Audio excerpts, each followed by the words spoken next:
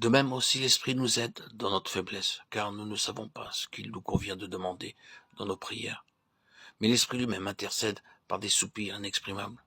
Et celui qui sonde les cœurs connaît quelle est la pensée de l'Esprit, parce que c'est selon Dieu qu'il intercède en faveur des saints. Romains 8, 26, 27.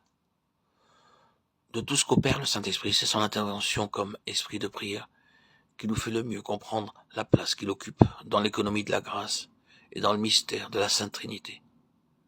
C'est au Père que nous adressons nos prières, et c'est lui qui les écoute. C'est au nom du Fils que nous prions, c'est par lui et parce que nous sommes unis à lui que nous recevons et que nous nous approprions la réponse donnée.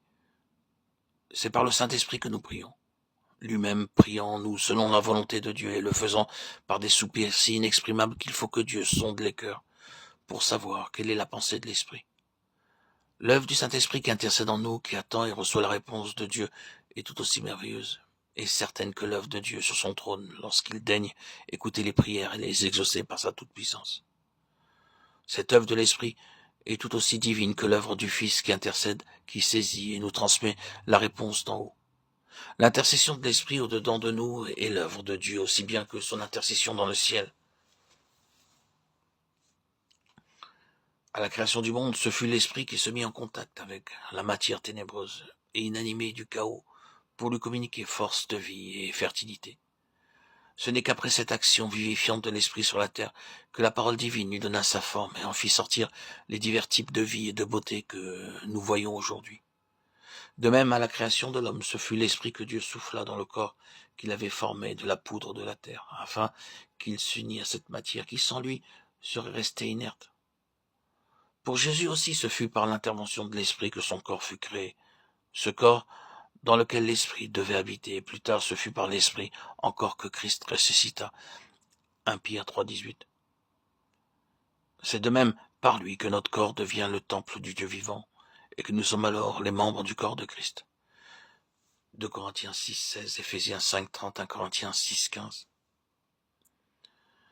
En général, on ne voit dans l'Esprit que ses rapports avec la nature spirituelle de l'être divin, et on croit qu'il se tient bien loin de la matière, infime et grossière.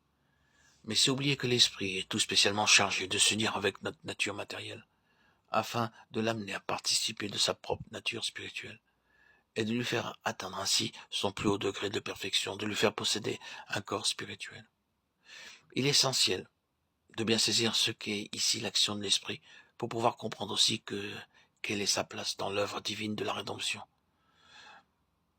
Chacune des trois personnes de la Sainte Trinité prend part d'une manière spéciale à l'œuvre de la rédemption. Le Père, le Dieu invisible, est l'auteur premier de tout. Le Fils, Dieu révélé, manifesté en chair et rapproché de l'homme, est la forme de Dieu. Philippiens 2, 6. L'Esprit de Dieu est la puissance divine qui se communique à l'homme, qui vient demeurer en lui et lui assimiler ce que le Père et le Fils ont en réserve pour lui.